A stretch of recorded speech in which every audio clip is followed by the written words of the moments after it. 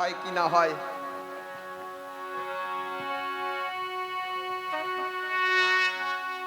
বলো জয় জয় শান্তি হরি প্রেমানন্দে হরি হরি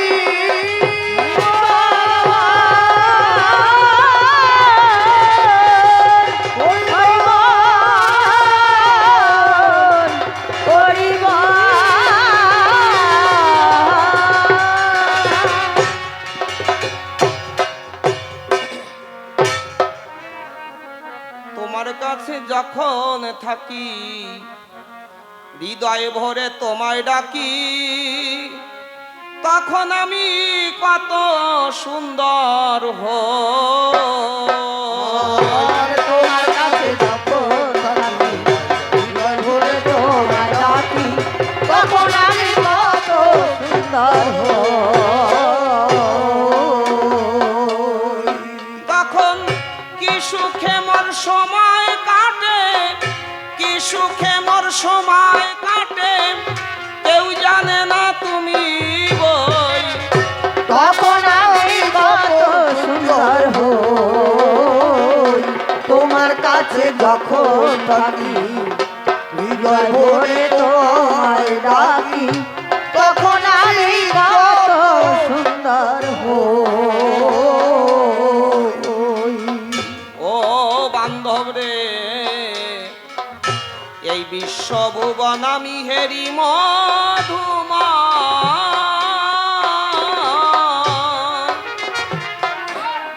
তখন সবাই আমার আপন জনা, দূরের কেহ নয়। ও দয়াল রে, এই বিশ্বভুবন আমি হেরি মধুমা, তখন সবাই আমার আপন জনা, দূরের কেহ নয়। আমি ভুলে গিয়ে জয় পরাজয়, ভুলে গিয়ে জয় পরাজয়, শান্তি ধামে বসে রই। তখন আমি কত সুন্দর হই, তোমার কাছে যখন থাকি হৃদয় ভরে তোমায় ডাকি, তখন আমি কত সুন্দর ও বান্ধব রে আমার, দূর হয়ে যায় আমার ত্রিতাপের জ্বালা,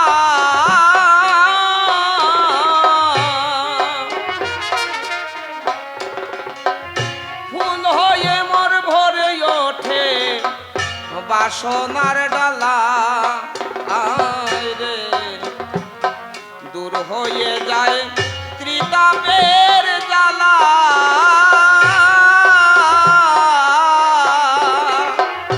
ফুল হয়ে মোর ভরে ওঠে বাসনার ডালা।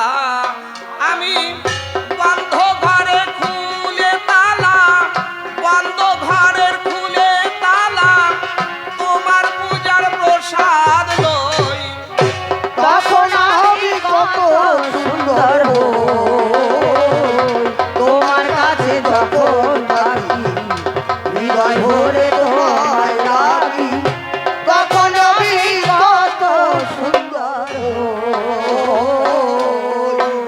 ও বাবা হরিচাঁদ আমার, তোমার কাছে আমার এই শেষের নিবেদন,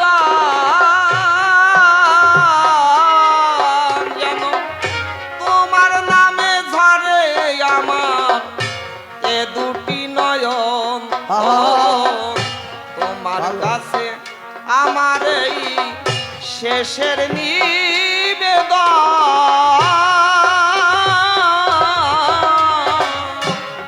জানো তোমার নামে ঝরে আমার এ দুটি নয়ন।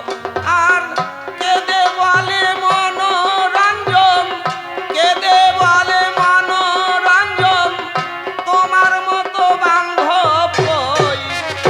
তখন আমি কত সুন্দর হই,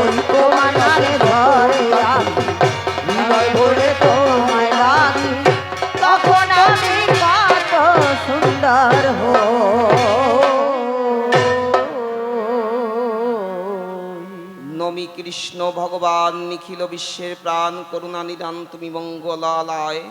তব শুভ ইচ্ছা মতে বিশ্ব চলে স্বীয়পথে অসীম আকাশে বাসে গ্রহ তারকায়। কলনাদে নিরবধি সাগরে ছুটিছে নদী আপন মনে ভাঙিয়া দুকুল। ব্যাকুল বিহগী ডাকে রাতের কুসুম শাকে দক্ষিণ হাওয়ায় ফুটে ওঠে ফুল। ভরিয়া তাই বরণ ডালা সোহাগিনী বনমালা পূজারিণী বেশেতে দাঁড়ায়। তাই বুঝিবর সমীরণে ফুলরানী ফুলবনে হে গোবিন্দ ঝরে পড়ে তব রাঙা পায়। এই মলিন জীবে উদ্ধারিতে তুমি অবতার হও অবনীতে তরিতে দাঁড়াও আসি। আপন ভোলা জীবের দ্বারে ডাক দিয়ে যাও বারে বারে বাজাইয়া তোমার মিলন মুখর বাসি। এই সংসারে থাকিয়া প্রভু সেবাসী শুনিতে কভু জীবন মোর হয়নি অবসর। রবে না যা তাই লইয়ে আছি আমি বিবর হইয়ে ভাঙন কুলে বান্ধিয়া এক ঘর। ভাবিনি মোর প্রিয় যারা কালেতে হারাবে তারা প্রেয়সীর ভালোবাসা হয়ে যাবে ম্লান। ভুলিয়াই সুকগীতি দিতে হবে পরিচিতি বিশ্ব মাঝে গিয়ে ব্যথার গান। যাক যেসব হয়ে গেছে সেসব দেখিনি পাশে এই দেহেতে যতদিন প্রাণ রয়। বিচ্ছিন্ন এই জীবন ধারায় আর পথে না হইয়া হারা যেন প্রিয় তব দিকে বয়। পুরাইয়েছে লেনা দেনা আপনে হয়েছে সে না আর কিছু চাহি না তো প্রিয়। আমার জীবন সাজেতে আসি বাজাইয়া মিলনবাসী। দয়া করি দিয়ে তব চরণ তরি ওই তরিতে আমাকে তুলে লইও। যাকে বন্দনা করে শেষ এইবার ভূমিকার মধ্যে করতে হয় প্রবেশ। তার আগে সবিশেষ নিবেদন জানাই সাধুগুরু বৈষ্ণব হেরি আর যত পুরুষ নারী আমার প্রণাম গ্রহণ করিবেন সবাই। আজকের সভাটা হয়েছে মনোলভা বসেছেন যেন দেবী দিবা আমি করি দর্শন। যদিও কবিগান গাইব বলে দাঁড়িয়েছি সভাতলে আমি কিন্তু আপনাদের কোলেরই ছেলে অন্তরাত্মার আন্তরিক আত্মনিবেদন। আমি মাত্র কবির চারা। এই কবি কাব্য হয় না আমার দ্বারা তবু হতে পারে যদি মস্তক পারে বর্ষিত হয় ভক্ত বৃন্দের কৃপা ধারা। তাই আপনারা সবাই করবেন আশীর্বাদ যা হতে যায় মনের বিষাদ। কবি কাব্য প্রসাদ জানো অন্তরে হয় লাভ। শুদ্ধ সচ্চরিত্র জীবন অতিবাহিত করিব সর্বক্ষণ। অন্তরে জাগে জানো আমার ভক্তিপূর্ণ এক শিশুর স্বভাব। গুরু আমার মনোরঞ্জন সরকার প্রণাম করলাম তাহার চরণধর। মাতৃদেবী আছে সবার ভিতর তার চরণে প্রণাম করি নিবেদন। মাতা পিতার চরণধুলি ভক্তিতে মস্তকে তুলি বদনে হরি হরি বলি দাঁড়াইলাম এ সভ্য সবার সদন। প্রণাম সরকার আমার নাম পরিচয় দিলাম এই সভ্য সমাধান। সত্য নামের আর নাহি প্রয়োজন। কবি কাব্যের বেচাকে না অনুসারে জানেন যত নারী নরে দাঁড়াই এই সবার পরে করতে হয় দুই দিকে দুটি পক্ষ গ্রহণ। কারণ আমার বিপক্ষীয় কবি যিনি অত্যন্ত মতুয়া ধর্মের একজন শ্রেষ্ঠ গুণীমানী তিনি। ইদানি তাকে আমি করলাম আচার্য মহানন্দ হালদার মহাশয়। আচার্য মহানন্দ হালদারকে যিনি হরিগুরুচাঁদ চরিত গ্রন্থখানি লিখন করেছিলেন এই বিশ্ববসুধায়। তাহলে আমার বিপক্ষীয় কবি যিনি কবি কল্পনায় হবেন তিনি আচার্য মহানন্দ হালদার মহাশয়। তাহলে সত্য করে খুলে কই আমি আর কিন্তু প্রণাম সরকার নই। কবি কল্পনায় তার বিপক্ষে একজন ব্রাহ্মণের পুত্র হই। অবশ্য ভুল হয় না, পদবী আমার কোনোভাবেই বদলাবে না, তাল আমার ঠিক আছে। তাই তো আমার মোটা বইতে নিয়ে গেলে আমি একদিন দেখলাম আর শুনলাম আপনার কর্ণমূলে ওই জয়ডঙ্কার নিশানুরাইয়ে মতুয়াগণ করছে হরিনাম সংকীর্তন। এই ভাব দর্শন করি দেখি নারী পুরুষ একজন পড়িয়াছে আর একজনের ঘাড়ের পরে। আমি ভাবলাম ভাই রে ইয়ে কি অনুরূপ করি দর্শন। নারী পুরুষ ভেদাভেদ নাই। আবার হরি বলে কেউ কেউ ছাড়ে হাই, আবার কেউ বা বিকট মূর্তি ধরে পড়িয়াছে। ধরার পরে এই সব দৃশ্য দর্শন করে কিছু প্রশ্ন জেগেছে আমার অন্তরে। আমি গিয়েছি তাই আজকে সাধু মশায়ের ধারে। আমি গিয়ে বিনয় করে কই আমি কিন্তু একজন ব্রাহ্মণের পুত্র হই। আপনি আমার মিনতি নেবেন। শ্রেষ্ঠ একজন লেখক বটে আপনি এই বিশ্ব ভাবের হাটে, তাই আপনার নিকটে আমি দিয়েছি দর্শন। মতুয়া তত্ত্ব জানবার আসে আজকে এসেছি আমি আপনার পাশে। একটু রসাবাসে করিবেন সেই মতুয়ার গুণকীর্তন। সে সকল কথা শুনে দুইখানি গ্রন্থ এনে দিলেন আমার করের পরে ধরে। গ্রন্থ দুইখানি কি? একখানা শ্রী শ্রী হরি নীলামৃত আর একখানা তার নিজেরই লেখনী সেই গ্রন্থখানি, যেটা হরি গুরুচাঁদ চরিত হয়। আমিও আনন্দ মনে নিয়ে আমার নিজে নিকটনে এই দুটি গ্রন্থ করলাম ভক্তিবরে অধ্যয়ন করবার পরে কিছু প্রশ্ন জেগেছে আমার ভিতরে, তাই পুনর্বার গিয়ে আমি দিয়েছি দর্শন। আমি ডাক দিয়ে বলি, গোসাইয়ের ধারে, গোসাই এই গ্রন্থ পড়ি আমার মনে যে বিষম এক ধান্দা বাঁধে। যখন এই কথা বললাম তার ধারে, সে বলছে, বলো দেখি তুমি আমার গোচরে কি মনের ধান্দা বাঁধলো তোমারও ভিতরে। আমি সকল কথা শুনিয়া বেশ গললগ্নিকৃত বাসে তার কাছে বসিয়া, কারণ মা আপনারা জানবেন এই জগতে সাধুর কাছ থেকে যদি কিছু শুনতে হয় বা কিছু জানতে হয়, সাধুকে কিন্তু প্রশ্ন করা যায় না। কারণ আদেশ আর অনুরোধ দুই প্রকারের হয়। আদেশ করা মানে কি, এই তুমি এইটা করো, এইটা হচ্ছে আদেশ করা কাউকে। আর কেউ যদি বলে তুমি কি এই কাজটা আমার করে দিতে পারো, এইটা অনুরোধ সাপেক্ষ হয়। তাই গোসাই মহাজন মানুষ, আমার তো শুধু আছে পৈতা, না আছে মান, না আছে হুশ। তাই আজকে আমি তার নিকটে গিয়া আনন্দেতে করজোর করিয়া বসিয়া বসিয়া তাহার কাছে করিব কিছু প্রশ্ন নিবেদন, অনুরোধ পূর্বক, আদেশ পূর্বক নয়। গোসাই, এই যে যে নীলামৃত গ্রন্থখানি তুমি যে আমার করের পরে দিলে দানি, এই পরে আমি এই গ্রন্থখানি দেখিবারে পাই এই যে আসল নকলের ভেজাল তত্ত্ব, এই পরেই জেগেছে আমার মনে এক বিষম তত্ত্ব। এই তত্ত্ব তোমার কাছে শুনতে চাই। রাম হরি, কৃষ্ণ হরি, শ্রী গৌরঙ্গ হরি, হরিচাঁদ আসল হরি, পূর্ণানন্দ হরি। আচ্ছা গোসাই, তুমি তো বলো আমার বরাবরই রাম হরি, ঠিক আছে মেনে নিলাম। সেই হরি রাম হয়ে আসছে, সেই হরি কৃষ্ণ হয়ে আসছে, সেই হরি আবার আমার গৌর হরি হয়ে আসছে। সেই হরি ধরে নিলাম, মনে মানে না, মানতে চায় না, তবু আমি মেনে নিলাম গোসাইয়ের কথা সাপেক্ষে যে সেই হরি ওরাকান্দি হরিচাঁদ ঠাকুর। কিন্তু আসল বললে কেন? এর আগে 4 অবতার যুগ যুগ ধরে হয়েছে এই অবনীর উপর, তারা কি সবাই নকল হয় আর একমাত্র আসল হলো তোমার হরিচাঁদ দয়াময়? তোমার যে তারক গোসাই কি তত্ত্ব জেনে ভাই এই তত্ত্বখানি লিখেছে নীলামৃতের পাতায়, তুমি এসে সভ্য সভাধারে বলে যেও ভালো করে যে আসল আর নকল নিয়ে ভেজাল বাদালিয়ে কেন? তাহলে প্রথম প্রশ্ন গেল হইয়ে কার্যনাই আর কথা কইয়ে, তবে দ্বিতীয় প্রশ্ন তারে করি দান। এই যে গোসাই শুনে তোমার আর একটা নীলামৃতের আখ্যান আমার মধ্যে বাঁধলো এক বিষম ব্যবধান। আচ্ছা, সত্যযুগে নারায়ণ তিনি ধরার বার করতে গ্রহণ বিভিন্ন মৎস্যকুর্ম বরাহরূপ করেছেন ধারণ। তাহলে সেই নারায়ণ সত্যযুগের লীলা বিহারী, তেতায় রাম ধনুকধারী যিনি হলেন রাম রাজীব লোচন। আবার দেখি দাপর যুগে যিনি কৃষ্ণ মদন মোহন, তিনি বৃন্দাবনে রাধার সঙ্গে লীলারস আস্বাদন করলেন। তিনি সেই রাধা অঙ্গ আর কৃষ্ণ অঙ্গ মিলিয়ে হলো নদিয়ায় শ্রী গৌরঙ্গ, কলিযুগে লয়ে ভক্ত সাঙ্গ পাঙ্গ করে আনন্দে হরিনাম সংকীর্তন। তাহলে এমন কি দিতে বাকি ছিল? এক যুগে 2বার অবতার হলো, এর আগে কতবার মহামানব বলো, মহাজন বলো, সব ঠিক আছে, কিন্তু যুগ অবতার অর্থাৎ যুগের উপর নির্ভর করে যিনি যে ধর্ম প্রচার করে এই সৃষ্টিকে রক্ষা করবার মানুষে, তাকে যুগ ধর্ম কয়। তাই তো বাবা, মিথ্যা বলছি নাকি? ও আপনারা তো সবাই আবার মতুয়া গোসাই মানুষ, আমার দলে তো সায় দেবেন না, কেননা আমি তো বিপক্ষে বইটা পাইছি না। একটু সায় দেবে না, আমাকে একদম নিবংশ করে দেবেন না। অন্তপক্ষে 1-2 জন একটু মনে না চাইলে ঘাটটা কাট করবেন। অনেক সময় ঘাট এক সোজা হইয়ে থাকলে তো স্ট্রেট হয়ে যায়।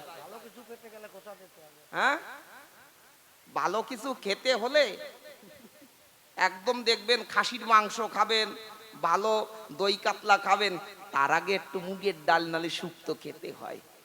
তা আমি শুক্তো দিয়ে যাচ্ছি, গোসাই এসে দই কাতলার খাসির মাংস দেবে, তারপরে দেবে চাটনি, তারপরে আমি এসে আবার দেবো কাটনি, তারপরে উনি এসে দেবে পাপড়, তারপরে মিলন গানের মধ্যে দেখবেন কেমন বাদে ফাপড়।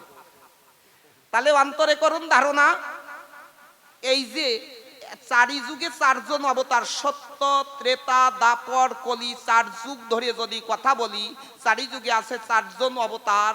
তবে এমন কি দিতে বাকি ছিল তার জন্য একদম মাত্র 300 বৎসরের মধ্যে আবার গৌর হরি সেই উড়াকান্দির হরি হয়ে এলো। এই কথাটা একটু বলো।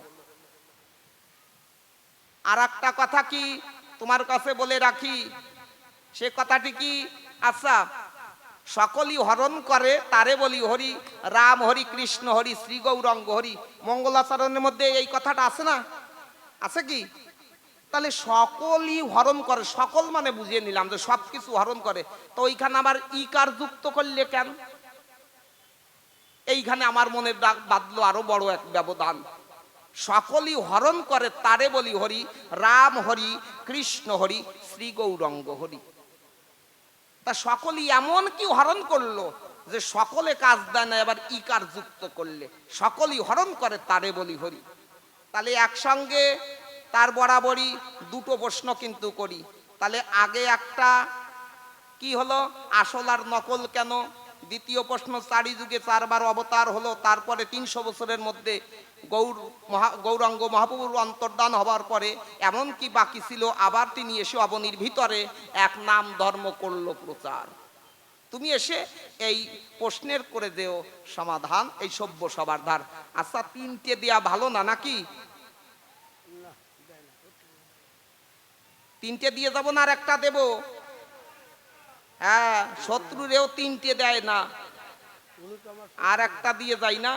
আচ্ছা, একটা দেব না, কারণ এই জগতে আছেন যত সুধী জনা, সকলেরই আছে জানা, এই জগতে কেউ যদি কৌটো কেনে, খালি কৌটো তার দোকানদার দেয় না, সাথে একটা মুটকি দিয়ে দেয়। আপনি দোকানে গিয়ে যদি বলেন আমার একটা কৌটো দেয়, বয়ম দাও বা ডাব্বা দাও, আপনারা খালি ডাব্বা দিয়ে দেবে? একটা মুটকি দিয়ে দেবে না? তাহলেও একটা মুটকি দিয়ে দেবো না রে, আজকে খালি কৌটো দেব না। আচ্ছা, এই যে জাতির জনক, জাতির জনক শুনি তোমাদের গুরুচাঁদ ঠাকুর, কি আপনারা বলেন না আমাদের মুক্তি বাহারিদি পতিত পাবন জাতির জনক বাবা গুরুচাঁদ ঠাকুর? তো এই জাতির জনক হলো কেন? অনেক দেখি জাতির জনক, যেমন আমাদের পাশের দেশ বাংলাদেশ, খুলে বলি সভা পাশ, এর মধ্যে বাংলাদেশের মধ্যে আছে একটা ইতিহাস। যেমন শেখ সাহেব, শেখ মুজিবুর রহমান মহাশয়, তিনি করেছিলেন বাঙালি বাংলা ভাষা নিয়ে আন্দোলন, তাই অনেক পরে বাংলাদেশ স্বাধীন করে তিনি জাতির জনক হয়েছিল সেই বাংলাদেশের গায়ে। আমাদের পশ্চিম দিকের দেশ কোনটা? পাকিস্তান হয়, সেখানে একজন জাতির জনক রয়। কিন্তু আমাদের যে দেশ ভারতবর্ষ, দাঁড়িয়ে বলি অন্তরে হইয়া বর্ষ, এই সভ্য সবার ধার, আমাদেরও একজন জাতির জনক আছে, তিনি মহাত্মা গান্ধী নামে পরিচিত আছে, বিশ্ব বসুধার।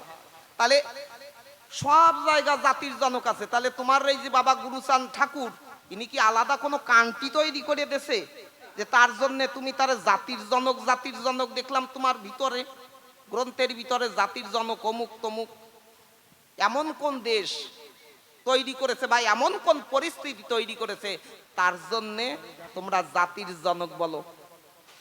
আবার দেখি মতুয়া ভক্তবৃন্দ যারা সংকীর্তন করে তারা কি নমশূদ্র কুলদ ভাব আছে না, নমগুরুচন্দ্র নম, নমগুরুচন্দ্র নম তম বিমোচন, আমার চিত্ত গুয়ার অন্ধকার কর উদ্গীরণ। ওর মধ্যে একটি পদ আমি করেছি ভক্তের মুখে শ্রবণ, কি এই যে যারা নমশূদ্র দিয়ে বলি কাব্যের ভাস, এই নমশূদ্রের মধ্যে আছে নাকি বিশাল বড় একটা ইতিহাস। সেইটাও তুমি সংক্ষেপে পারো আর কঠিন করে পারো করে যে সবার মাঝে একটুখানি প্রকাশ। তাহলে প্রশ্ন গড়ে পড়তে 5টা হয়ে যায়। ক্ষুদ্র নমশূদ্রগণ তাদের অজ্ঞান ভাজন দিব্য জ্ঞান করিয়া দান করিল ব্রাহ্মণ। আচ্ছা, এই নমশূদ্রদের যদি গুরুচাঁদ ঠাকুর এসে দিব্য জ্ঞান লাভ করে ব্রাহ্মণ করিয়ে দিয়ে যায়, এরা পইতে নেয় না কেন? আমার কথা না, ও লিখে গেছে নাকি অশ্বিনী গোসাই, আমি ছাতাও সব বুঝিনি। আমি পইতে দেখাবো কি? হাসিয়ে পড়েন। যারা কৃষ্ণ ভক্ত তাদের আচার মালা থাকে কণ্ঠী মালা, তিলক থাকে, মাথায় চৈতন্য থাকে, তারা মতুয়া সাদা পোশাক পরে, মুখে দাড়ি থাকে, মাথায় চুল থাকে, গলায় মোটা মোটা মালা থাকে। আবার দেখবেন অনেক গোসাই আছে দোকান, মালা বেচা দোকানের মতো, ভিতরে রাখে না, জামার উপর দিয়ে সাজায় দিয়ে হাঁটিয়ে বেড়ায়, হরিবল। আচ্ছা, এই যে তাহলে এদের যদি ব্রাহ্মণ হয় তাহলে এদের পইতে নাই কেন, এটাও একটু বলে যাইও। আচার মালা দিয়ে কি ব্রাহ্মণ হয় নাকি? আর আচার মালা তো মতুয়াদের না, ও তো মহাপ্রভুত্তা। যাকে কথা পরে বলবো, দাঁড়িয়ে সভ্য সভা তালে। এইবার একটি গাই ধোয়া গান আপনারা আস্তে আস্তে শ্রবণ করুন। আছেন যশ সভা পরে যত ভক্ত আর মা ভক্তি।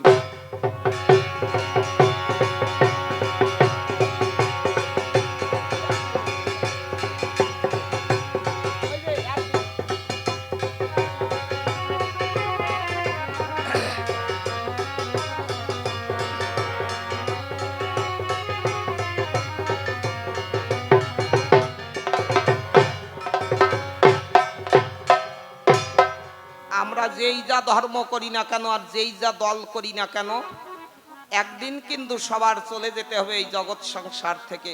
তাই পাগল বিজয় লিখলেন, একদিন চুপ করে ডুব দিতে হবে অসীম সাগরে।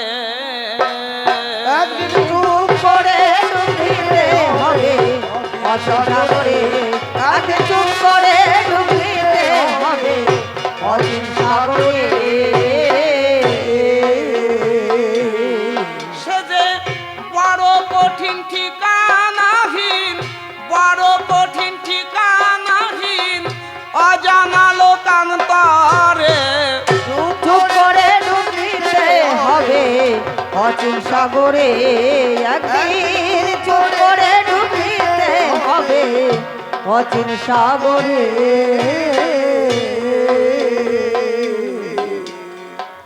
চিরদিন কেউ ধরায় রহে না,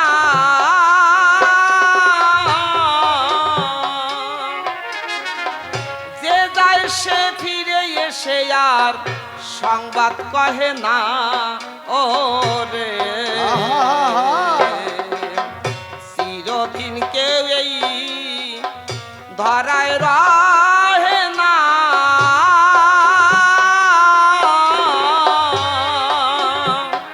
যে যায় সে ফিরে এসে আর সংবাদ কহে না।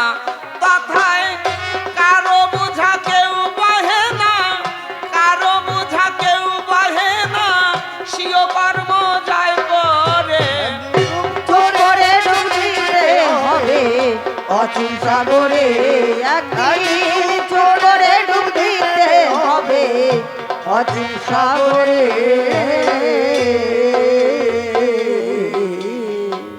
যাবতীয় জাগতিক দৃশ্য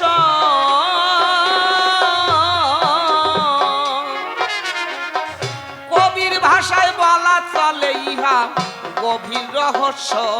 ওরে যাবতীয় জাগতিক দৃশ্য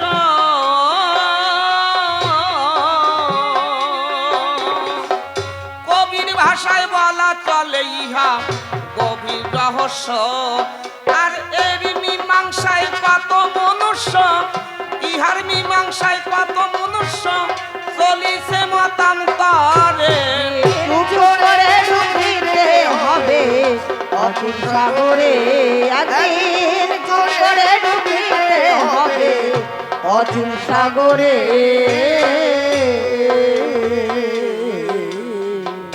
আমরা প্রতিটি মানুষ এই জগতে মানব হয়ে এসেছি। এই মানব হয়ে আসবার পেছনে আমাদের লক্ষ্য আছে। মানব হয়ে আসবার পেছনে কি লক্ষ্য? সাধু সঙ্গ করা, হরি নাম কীর্তন করা। যেমন এইখানে আমরা সমবেত হয়েছি আজকে কবি গানের নামামৃত সুধারস সঞ্জীবনী আস্বাদন করবার মানুষে। এমনই আমরা মানব হয়ে ভাবে এসেছি সাধু সঙ্গ করবার মানুষে। কারণ এই সারা দেশে বা এই পৃথিবীতে কত গ্রাম আছে, কত নগর আছে, কত শহর আছে, কত বন্দর আছে। সব গ্রামবাসীর দ্বারা এমন ভাবে সাধু সেবা বা সাধু সঙ্গ ভক্ত মিলন উৎসব করা সম্ভব হয় না। কোটি কোটি টাকা থাকলেও তার সেই টাকার দ্বারা সাধু সেবা হয় না, কারণ সাধু সেবা করতে গেলে আগে চাই মন, পরে চাই ধন। আজকে এইখানে এসে আমার মুখের সামান্য একটুখানি গীতিকাব্য শুনে আপনাদের কেমন লাগছে আমি জানি না, তবে আজকে আমি নিজেকে বড় ধন্য মনে করছি যে আমার পরম শ্রদ্ধেয় গুরুদেব শ্রী মনোরঞ্জন বাবুর কৃপায় আজকে এই ভক্ত বাসরে এসে একটু হরি কথা বলবার মতো সৌভাগ্য আমার জন্মেছে। কারণ বাবা, কার কখন ডাক এসে যাবে, কে কখন চলে যাবে আমরা কেউ জানি না। কারণ এই যে দুদিনের সংসার, যাদের ভালোবাসা পাবার জন্য রাত্রি দিন পরিশ্রম করে 2টি টাকা ইনকাম করছো বা করছি, একটুখানি দেওয়া কম হয়ে গেলে তাদের ভালোবাসাটা অনেক কমে যায়। আসলে সংসার আমাকে বা তোমাকে কাউকে সংসার ভালোবাসে না। অন্তরে কারো ধারণা এই সংসার যদি আমাকে ভালোবাসতো, এই দেহ থেকে প্রাণ পাখি উড়ে গেলে মরা বলে আমাকে শ্মশানে চিরদিনের জন্য রেখে আসে। যারা ভালোবাসে, আচ্ছা বলুন তো, যদি কেউ মারা যায়, মারা গেছে, ভালোবাসার লোক তার বাড়িতে গিয়ে তাকে ছোবে না, কি ভাই চল একবার শেষের বিদায় বেলায় ওকে একটু দেখে আসি, কি বলবে ডাক দিয়ে? না রে ভাই, আমি যাব না, ওকে ছুলে যে আমার এখন স্নান করতে হবে। এই কি সংসারের ভালোবাসা? ধর্ম কি? আমরা ধর্ম ধর্ম করে হানাহানি করছি, ধর্ম ধর্ম করে মারামারি করছি, ধর্ম তো আমরা বুঝতেই চাই না। পিতা স্বর্গ, পিতা ধর্ম, পিতাই পরম তপ। যদি তোমার জীবনে কিছু থাকে, সেই ধর্ম হচ্ছে পিতার সেবা করা, জন্মদাত্রী মায়ের সেবা করা। কেন? এই জগতে সন্তানের কাছে কোনো দেবতা যদি থাকে, সন্তানের কাছে যদি কোনো দেবী থাকে, সে হচ্ছে তার জন্মদাতা মা, জন্মদাতা পিতার গর্ভধারিণী মা। এই কথাটি বলতাম না মা, আমি প্রণব সরকার হয়ে বলছি। কারণ আপনাদের মুখ দেখলে, এই হরিভক্ত আর ভক্তিমতী মায়েদের মুখ দেখলে হৃদয়ে আমার বড় আনন্দ হয়। কারণ এই গান বাজনা এইটা আমার ব্যবসা নয়, এইটা শুধু ভালোবেসে করি। কেন?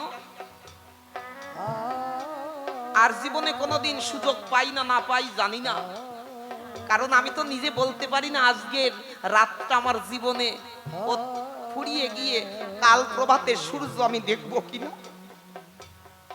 তাই একটু অন্তরের ব্যথা বলে রাখছি। কারণ 6 মাস বয়স যখন, তখন আমার মা আমাকে রেখে চলে যায়। 3 বছর বয়সে আমার পিতা আমাকে ছেড়ে চলে যায়। এক বৃদ্ধ ঠাকুমা আমাকে মানুষ করেছিল। তিনি বলেছিল, দাদু ভাই যেদিন মারা যায়, এমনই চৈত্র মাস, 3রা চৈত্র, তিনি বলেছিলেন, দাদু ভাই জীবনে কোনোদিন গান বাজনাকে ছাড়বি না। তাই গাইতে পারি না, গলায় সুর নাই, ভাষাবোধ নাই, শিক্ষা নাই, তবুও সেই মনোরঞ্জন বাবুর চরণে আশ্রিত হয়ে একটুখানি এই হরিনাম কৃষ্ণ নাম বলবার মতো চেষ্টা করছি। যদি আমার এই জীবন বিফলে চলে যায়, যদি আবার আমি মানুষ হয়ে আসি, তবে যেন একজন হরিভক্ত মতুয়ার গর্ভে আমার জন্ম। আর যদি ভগবান দীনবন্ধু আমাকে মানুষ না করে আমাকে কুকুর করে পাঠায়, সেই দয়াল হরিচাঁদ, দয়াল গুরুচাঁদ যেন আমাকে এমন জায়গায় জন্ম দেয় যেখানে এমনি ভাবে ভক্তের মহোৎসব হবে, ভক্তরা সেবা করে এটো পাতাটা আদারে নিয়ে ফেলবে, আর ওই এটো পাতার এটো প্রসাদ পেয়ে, হরিভক্তের উচ্ছিষ্ট প্রসাদ পেয়ে আমার কুকুর জন্ম ধন্য হবে।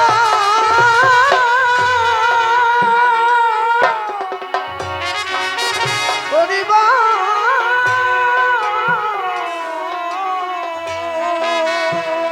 যদি সেই দীনবন্ধু দয়াল হরিচাঁদ মনে করে যে আমি কুকুর জন্মের যোগ্য নয়,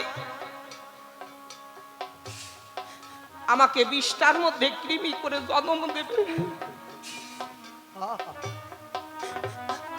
এমন 20টার মধ্যে তুমি কৃমি জন্ম দিও দয়াল হরিচাঁদ, দয়াল গুরুচাঁদ, যেখানে হরিভক্ত 20টা পরিত্যাগ করবার পরে চরণ ধৌত করবে, আর ওই চরণ ধৌত জল ওই 20টার মধ্যে পতিত হয়ে আমার সর্ব অঙ্গে মাগবে।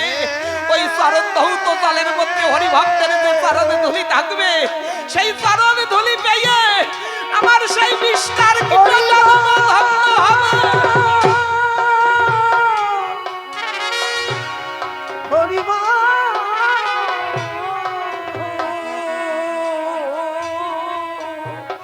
যাকে সাধনা করলে, যাকে খুঁজলে পরে এই গুরু বস্তু আমি ধরে রাখতে পারতাম, তাকে খুঁজলাম না, তাকে দেখলাম না, তাকে ধরতে চেষ্টা করলাম না, শুধু উপর দিয়ে রং তামাশার সাবান মেখে জীবন বেলার দিনগুলি গোনা দিনগুলি সব ফুরিয়ে যাচ্ছে। তাই পাগল বললেন,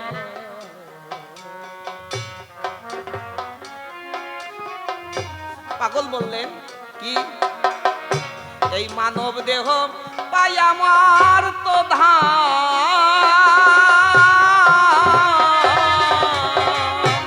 কত আতর গোলাপ সাবান মেখে যত্ন করিলাম, ও এই মানব দেহ পাই আমার তো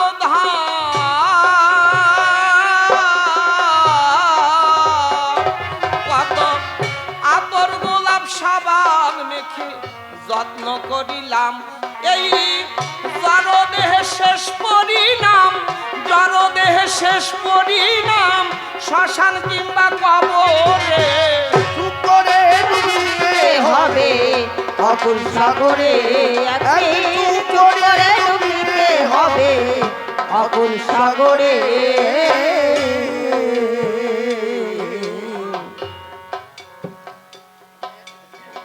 এই জগতে যে মানব হয়ে এসেছি, মানব হয়ে আসারও এক পুরো রহস্য আছে। দীনবন্ধু এক ঘূর্ণ চক্র তৈরি করে রেখেছে, যে চক্রবুহের মধ্যে তোমার কর্ম অনুসারে তোমার জন্ম হবে। যেমন আমরা ট্রেনে উঠি, যার যেমন টাকা তার তেমন সিট, কেউ বা জেনারেল কামরায়, কেউ বা স্লিপার ক্লাসে, কেউ বা এসিতে। কি বাবা, যার যেমন টাকা তার তেমন জায়গা। এই মানব জীবনেও তাই।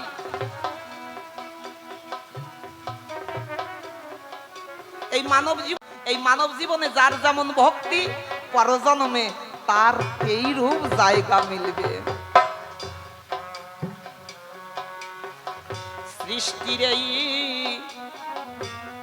সৃষ্টির এই প্রবাহনে হার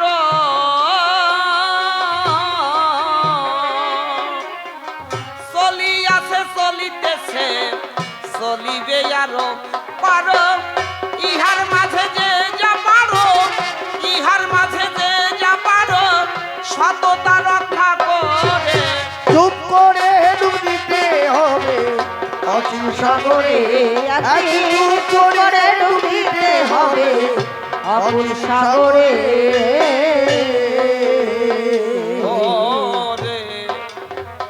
পাগল বিজয় বলে বুঝিবার সাধ্য না,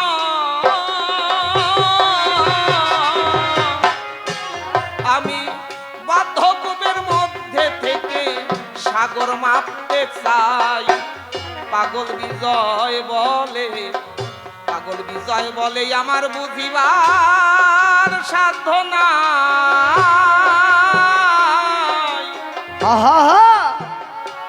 আমি বাধ্যকূপের মধ্যে থেকে সাগর মাপতে চাই, যেন আমি ওই আমিতে মিলাই, আমি ওই আমিতে মিলাই এই বাসনায় অন্তরে।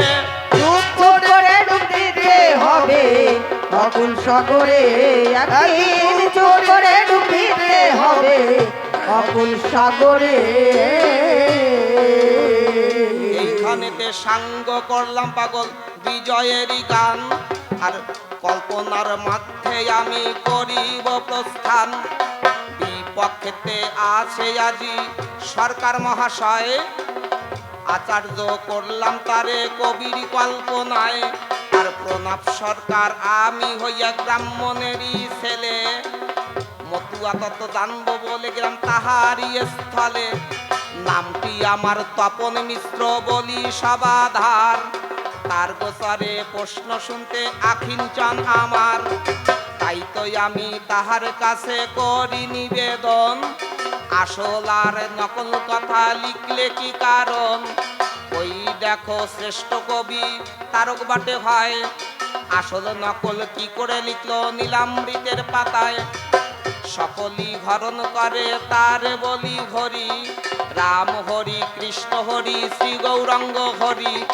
এমন কি সে হরণ করে সর্বশ্রেষ্ঠ হয়, আর সেই তত্ত্বটি প্রকাশ করবে আসিয়া সবাই।